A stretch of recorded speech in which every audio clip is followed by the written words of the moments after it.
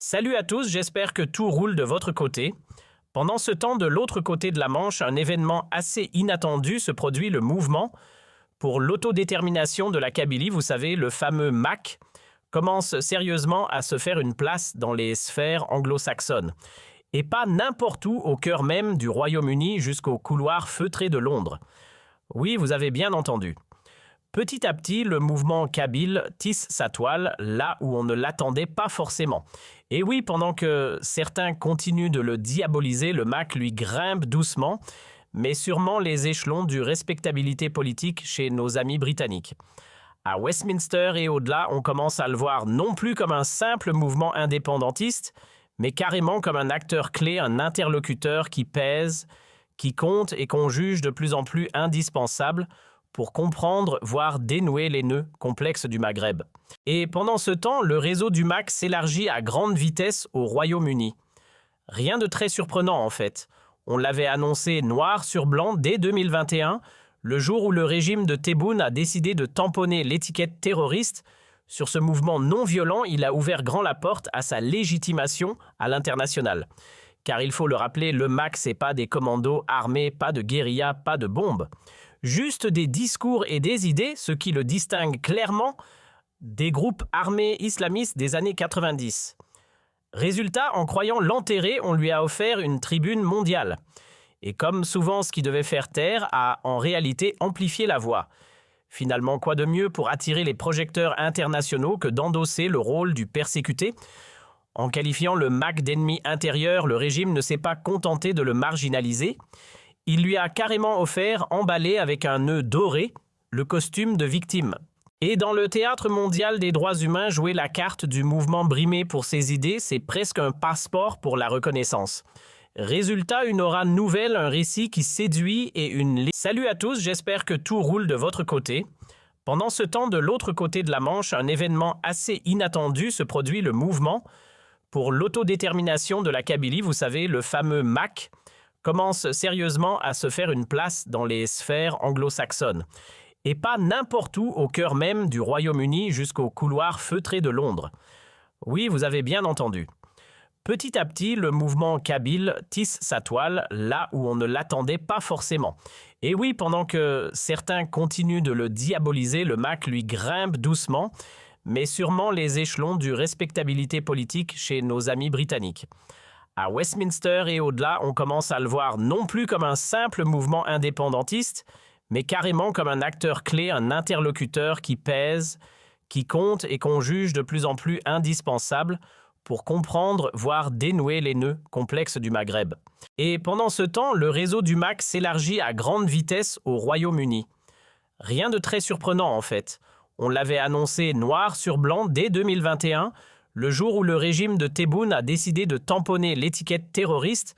Sur ce mouvement non violent, il a ouvert grand la porte à sa légitimation à l'international. Car il faut le rappeler, le MAC, c'est pas des commandos armés, pas de guérilla, pas de bombes. Juste des discours et des idées, ce qui le distingue clairement des groupes armés islamistes des années 90. Résultat, en croyant l'enterrer, on lui a offert une tribune mondiale. Et comme souvent ce qui devait faire taire a en réalité amplifié la voix. Finalement, quoi de mieux pour attirer les projecteurs internationaux que d'endosser le rôle du persécuté ? En qualifiant le MAC d'ennemi intérieur, le régime ne s'est pas contenté de le marginaliser. Il lui a carrément offert, emballé avec un nœud doré, le costume de victime. Et dans le théâtre mondial des droits humains, jouer la carte du mouvement brimé pour ses idées, c'est presque un passeport pour la reconnaissance. Résultat, une aura nouvelle, un récit qui séduit et une légitimité qu'on n'achète pas, mais qu'on gagne à coup de répression. Et c'est là que le bat blesse pour Alger. Car même si je ne souscris pas du tout au projet politique du MAC, je n'irai jamais jusqu'à les peindre en monstres ou les rejeter du débat. On peut être en profond désaccord sans sortir l'étiquette de terroriste à tout va. Et c'est là l'erreur stratégique, plus on tape fort sur des idées radicales, plus on les rend solides. Plus on tente d'étouffer une voix, plus elle finit par résonner fort. Les régimes autoritaires ont visiblement du mal à intégrer cette équation. Voilà un truc que les régimes autoritaires ont toujours du mal à piger, on n'éteint pas un feu avec de l'essence. En croyant étouffer les voix extrêmes par plus d'autoritarisme, ils ne font que nourrir la bête. L'oppression n'a jamais désarmé l'extrémisme, elle lui donne juste un micro plus gros. Et justement, tenez-vous bien, le 25 novembre dernier, dans les prestigieuses salles du Parlement britannique, un événement d'envergure a été organisé. Le thème, rien de moins qu'une opération stratégique pour reprendre l'Afrique du Nord aux griffes de la Russie et de la Chine. Oui, rien que ça. Alors là, vous vous demandez sûrement, mais quel est le rapport avec le MAC? C'est exactement la question que je me suis posée, jusqu'à ce que je découvre qui était derrière cette opération. L'organisateur n'est autre que la Henry Jackson Society, un nom qui fait peu de bruit mais qui pèse lourd. Ce think tank britannique fondé en 2005 défend bec et ongle une ligne néoconservatrice dure à l'américaine. Leur credo, sauver la démocratie occidentale même si ça passe par la force. Soutien assumé à Donald Trump, volonté d'imposer un ordre mondial version USA. Bref, un cercle de réflexion qui n'a pas peur de dire que la paix se construit parfois avec des gants de boxe. Henry Jackson. Ce nom ne vous dit peut-être pas grand-chose, mais aux États-Unis, c'est une figure historique incontournable. Sénateur emblématique du XXe siècle, il s'est fait un nom en défendant les droits civiques, l'environnement et en menant une croisade acharnée contre le communisme. Sa vision du monde intransigeante, déterminée et clairement interventionniste sur le plan international. Il ne croyait pas trop aux palabres, pour lui défendre les libertés, ça pouvait et parfois devait passer par l'usage de la force. Et c'est précisément dans cet héritage idéologique que s'inscrit la Henry Jackson Society. Ce think tank ne cache pas ses couleurs, il milite sans détour pour des interventions musclées au nom des droits de l'homme, des libertés démocratiques et surtout pour la protection des intérêts stratégiques de l'Occident. Mais attention, ce cercle de réflexion fait aussi grincer pas mal de dents au Royaume-Uni. Ses positions, disons-le, franchement divisent. Pour beaucoup, cette organisation flirte dangereusement avec l'islamophobie. Elle tape dur sur l'immigration musulmane, critique ouvertement la présence de l'islam dans les sociétés occidentales, notamment en Grande-Bretagne et aux États-Unis. Bref, la Henry Jackson Society, c'est un pur produit du néoconservatisme britannique taillé sur mesure pour les fans de l'ordre mondial version Trump, fort dirigé par l'Occident et sans trop de place pour les nuances. Le 25 novembre dernier, pendant que certains regardaient encore les infos d'un œil distrait, un événement pas si anodin que ça se tenait au cœur du Parlement britannique, c'est la Henry Jackson Society qui en était aux commandes et au programme de ce jour-là un débat parlementaire d'envergure où le mouvement pour l'autodétermination de la Kabylie, le MAC, a carrément été mis en lumière. Ferhat Meheni, son président emblématique, devait initialement y prendre part, mais selon les infos qui ont circulé, c'est un autre cadre du mouvement qui l'a représenté. Ce qui est sûr, c'est que le MAC n'a pas été relégué au fond de la salle, il était au centre des discussions. Et ce n'est pas n'importe qui pilotait tout ça. Le maître de cérémonie s'appelait Lord Eric Pickles ou Pickless, allez savoir avec l'accent anglais. Et ce Lord Pickles, ce n'est pas juste un monsieur avec un titre noble. Non, c'est un poids lourd du paysage politique britannique. Il dirige l'une des institutions clés liées à la mémoire de l'Holocauste au Royaume-Uni et figure parmi les têtes les plus influentes du puissant lobby pro-israélien britannique. Il est aussi l'un des piliers du groupe Conservative Friends of Israel, un cercle très actif dans les coulisses du pouvoir. Petit flashback politique, ce même Lord Pickles a été à la tête du Parti conservateur britannique entre 2009 et 2010. Pour vous situer un peu, c'est l'équivalent des républicains aux États-Unis. Le Royaume-Uni, lui aussi, fonctionne en mode duel politique, les conservateurs d'un côté, les travaillistes de l'autre. Et Pickles, lui, était pile au sommet de cette hiérarchie. Depuis décembre 2015, Lord Pickles occupe un poste très particulier, celui d'émissaire spécial du Royaume-Uni, chargé des questions liées à l'après-Holocauste. Mais son parcours ne s'arrête pas là. Avant ça, de 2010 à 2015, il pilotait le ministère des communautés et des collectivités locales sous le gouvernement de David Cameron. Et si vous remontez encore plus loin, vous verrez qu'il a siégé au Parlement pendant un quart de siècle, de 1992 à 2017. Autant dire que ce n'est pas un figurant. C'est un acteur central de la vie politique britannique au cœur du pouvoir solidement ancré dans les réseaux pro-israéliens. Et c'est bien lui qui était aux commandes du débat où le MAC a été officiellement convié. Mais attendez, le casting ne s'arrêtait pas là. Parmi les intervenants, on retrouvait aussi Bob Sowers, un expert en stratégie militaire et sécurité nationale. Rien que ça. À ses côtés, Laura Roberts, l'ex-directrice exécutive du groupe en charge des accords d'Abraham au Royaume-Uni. Elle est décrite comme l'un des architectes majeurs du rapprochement diplomatique entre le Royaume-Uni et les pays signataires de ces fameux accords de 2020. Grâce à eux, des États comme les Émirats arabes, unis le Maroc, le Bahreïn ou encore le Soudan ont ouvert la voie à une normalisation historique avec Israël. Actuellement, Laura Roberts occupe un poste stratégique en tant que directrice des affaires diplomatiques. À Gibraltar, rien de moins ce petit territoire britannique qui, malgré sa taille, a toujours eu son importance géopolitique. Mais attendez, ce n'est pas tout. Dans la liste des intervenants de poids, on trouve aussi Barak Siner. Ce monsieur est bien plus qu'un simple analyste, c'est un chercheur senior affilié à la Henry Jackson Society et le responsable d'un think tank au nom assez évocateur Strategic Intelligence and Gulf Future Forum. Sa spécialité, le Moyen-Orient, avec un œil attentif sur la région du Golfe. Il a même collaboré avec l'OTAN, ce qui n'est pas rien, et il est décrit comme particulièrement proche d'Israël, voire de certaines figures politiques israéliennes de haut niveau. Et donc, dans ce décor bien ficelé, vous l'aurez deviné, Ferhat Meheni est apparu, ou plutôt a été présenté dans la conférence avec une mise en scène qui en dit long. Ce qui saute aux yeux et qui dérange franchement, c'est le message à peine voilé envoyé à Alger. Sous couvert de discuter de la Chine et de la Russie, ce sont en réalité des pressions très concrètes qui s'exercent sur le régime algérien. Derrière cet événement, on retrouve la main de groupes d'influence étroitement liés au courant néoconservateur américain. Officiellement, il s'agit d'une réflexion géostratégique sur l'Afrique du Nord. Officieusement, une mise en garde bien sentie emballée façon séminaire parlementaire.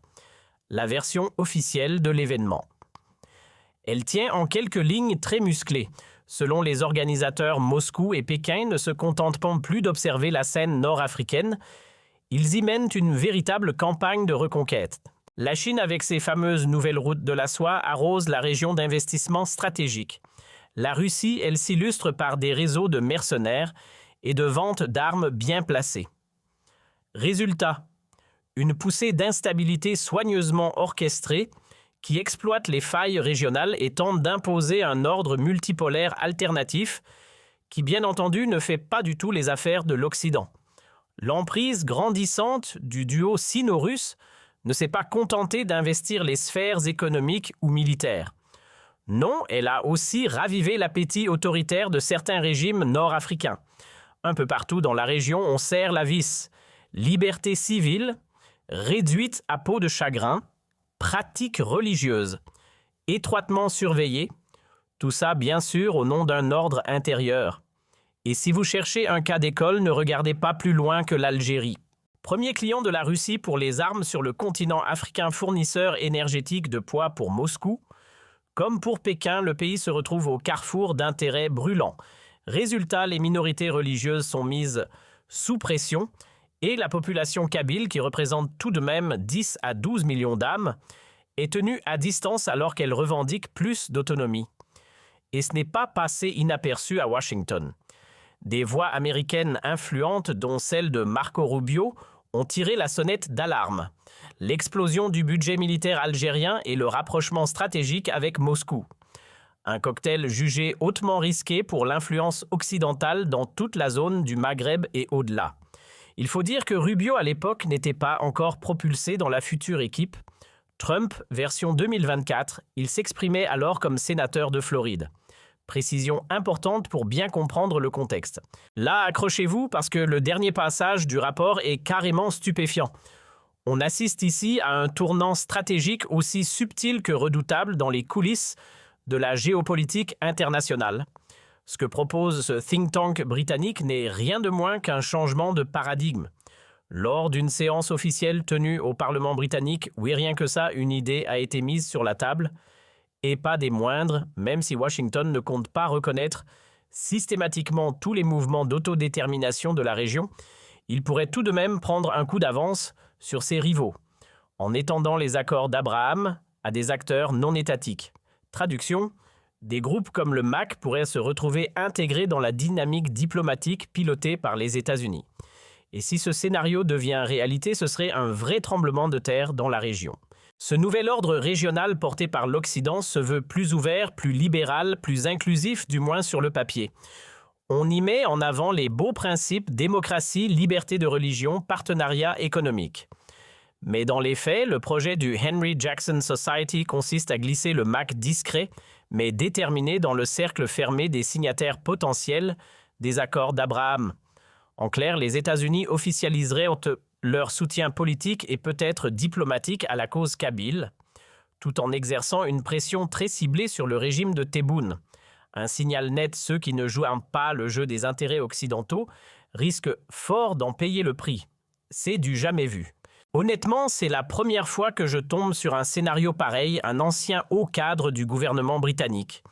Lord Eric Pickles, excusé du peu ex-patron du Parti conservateur, une vraie pointure à Westminster, qui prend la tête d'un événement officiel, où figure également Fahad Rouhani. Ce dernier est présenté comme le visage d'un combat acharné pour les droits du peuple kabyle, liberté, dignité, affirmation identitaire. Un leader décrit comme ouvert, respectable, profondément démocrate. Pendant ce temps, l'Algérie officielle, elle se retrouve peinte dans les teintes les plus sombres, un régime autoritaire oppressif, symbole même de la répression brutale. Le contraste est saisissant, presque caricatural. Et ce n'est pas un simple symbole. On entre dans une séquence totalement inédite. Pour la première fois, le MAC est associé officiellement à un événement politique de cette ampleur organisé au cœur même du Parlement britannique. Mais plus fort encore, une proposition concrète a été évoquée pour que Washington considère ce mouvement comme un interlocuteur légitime. Oui, vous avez bien entendu. L'idée serait d'intégrer le MAC aux accords d'Abraham, ce qui ouvrirait la voie à des relations directes avec Israël. Objectif affiché, construire un nouvel ordre régional en Afrique du Nord façonné sur les standards occidentaux où les notions de démocratie libérale, de stabilité et de partenariat stratégique seraient les piliers. En réalité, ce que trame la Henry Jackson Society, épaulée par ses alliés haut placés dans les sphères du lobbying pro-israélien, c'est limpide faire du MAC un levier de pression sur Alger. Leur jeu, utiliser le mouvement kabyle comme pièce maîtresse pour ébranler le régime algérien et imposer presque par la force du fait, accomplit l'idée que les accords d'Abraham ne sont plus une option mais une obligation régionale. En gros, on adhère ou on est mis au banc. Car aujourd'hui, dans cette nouvelle architecture diplomatique, celui qui refuse de rejoindre l'orbite de ces accords est automatiquement catalogué comme adversaire de Washington et par extension de tout l'Occident. Mais alors, la vraie question demeure, ce soutien au MAC est-il sincère ou simplement stratégique? Et là, soyons honnêtes, difficile de trancher. Peut-être que la Henry Jackson Society voit en ce mouvement un partenaire authentique, un acteur libéral aligné avec les valeurs de l'Ouest. Ou peut-être au contraire qu'elle s'en sert comme d'un pion, comme d'un outil temporaire pour faire avancer ses intérêts dans le jeu d'influence régionale. Franchement impossible de savoir ce qui se joue en coulisses. Ce qui est sûr, c'est qu'aux yeux de certains, le MAC apparaît désormais comme une alternative plus fréquentable et moderne que le régime vieillissant de Tebboune. Eh bien, c'est du jamais vu. Pour la première fois, un événement de cette envergure se tient directement au Parlement britannique, orchestré par des officiels eux-mêmes. Et au sommet de la pyramide, on retrouve Lord Pickles. Cet ancien poids lourd du gouvernement britannique n'a pas perdu sa place depuis le 10 novembre 2015. Il continue d'occuper le rôle d'envoyé spécial pour les questions post-Holocauste, confirmé dans ses fonctions par l'actuel Premier ministre Keir Starmer. Un vétéran politique qui n'est pas là pour faire de la figuration. Mais ce qui rend la scène encore plus frappante, c'est ce qu'il propose, que le MAC soit reconnu comme un acteur légitime et fiable aux yeux de Washington et de l'Occident, et même intégré aux accords d'Abraham avec Israël. Oui, vous avez bien lu. C'est un tournant inédit, un signal politique clair et sans ambiguïté, envoyé au régime Tebboune, soit vous adhérez aux accords d'Abraham, soit vous êtes catalogué ennemi de l'Occident, ennemi des États-Unis de Donald Trump, ennemi de la paix, ennemi de la démocratie et, vous l'aurez compris, ennemi du progrès tout court. Une mise en garde lourde de sens qui ne laisse aucune place au doute. À l'heure où je vous parle, nous sommes le 27 novembre, silence radio côté diplomatie algérienne. Pas un mot, pas un communiqué, pas la moindre indignation officielle. Et pourtant, imaginez 2 secondes la même scène transposée à Paris, Un tel événement aurait déclenché un tollé immédiat des cris au scandale, des déclarations enflammées, des protestations en cascade. Là, rien, absolument rien. Un responsable britannique de premier plan anime un débat au cœur du Parlement de Westminster, met en avant un mouvement séparatiste et suggère ouvertement qu'il soit reconnu comme partenaire légitime par les puissances occidentales, en particulier par Washington. Et Alger regarde ailleurs. Pourquoi ce mutisme ?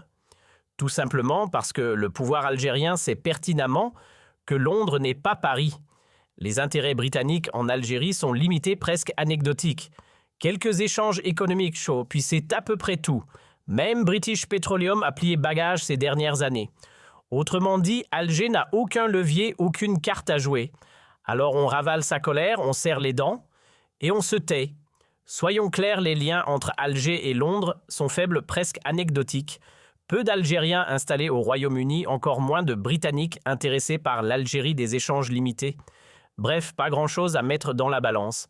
Et même si le régime algérien était tenté de hausser le ton, la réalité est brutale. La Grande-Bretagne reste une puissance majeure, membre permanent du Conseil de sécurité de l'ONU, et l'un des États les plus riches de la planète. Face à ça, Alger n'a tout simplement aucune carte à jouer. Pas de pression migratoire significative, pas de dossier consulaire sensible, pas de levier sécuritaire. Même un rappel d'ambassadeur n'aurait strictement aucun impact. À Londres, ça passerait totalement inaperçu. Cette situation met en lumière une évidence stratégique. Les rares moyens de pression dont dispose le régime algérien ne fonctionnent qu'avec un seul pays, la France. Là-bas vivent environ 5 millions de personnes ayant un lien direct ou indirect avec l'Algérie. Il y a des enjeux migratoires lourds, une coopération sécuritaire indispensable et surtout des intérêts économiques français en Algérie bien plus conséquents que ceux des Britanniques. C'est cette relation particulière qui explique l'obsession d'Alger pour Paris. Avec la France, le bras de fer est possible.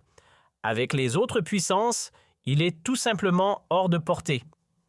Souvenez-vous de l'épisode espagnol. Une crise lancée tambour battant pour finalement n'aboutir à strictement rien. 2 années de tension, 0 résultat. Madrid n'a pas bronché. Pas de panique, pas de représailles. Les autorités espagnoles sont restées calmes, ont continué à secourir les haragas algériens en mer, à appeler au dialogue, à prôner l'apaisement. Aucune sanction, aucun geste hostile. Et au bout du compte, c'est Alger qui a reculé, contrainte de ravaler sa posture martiale.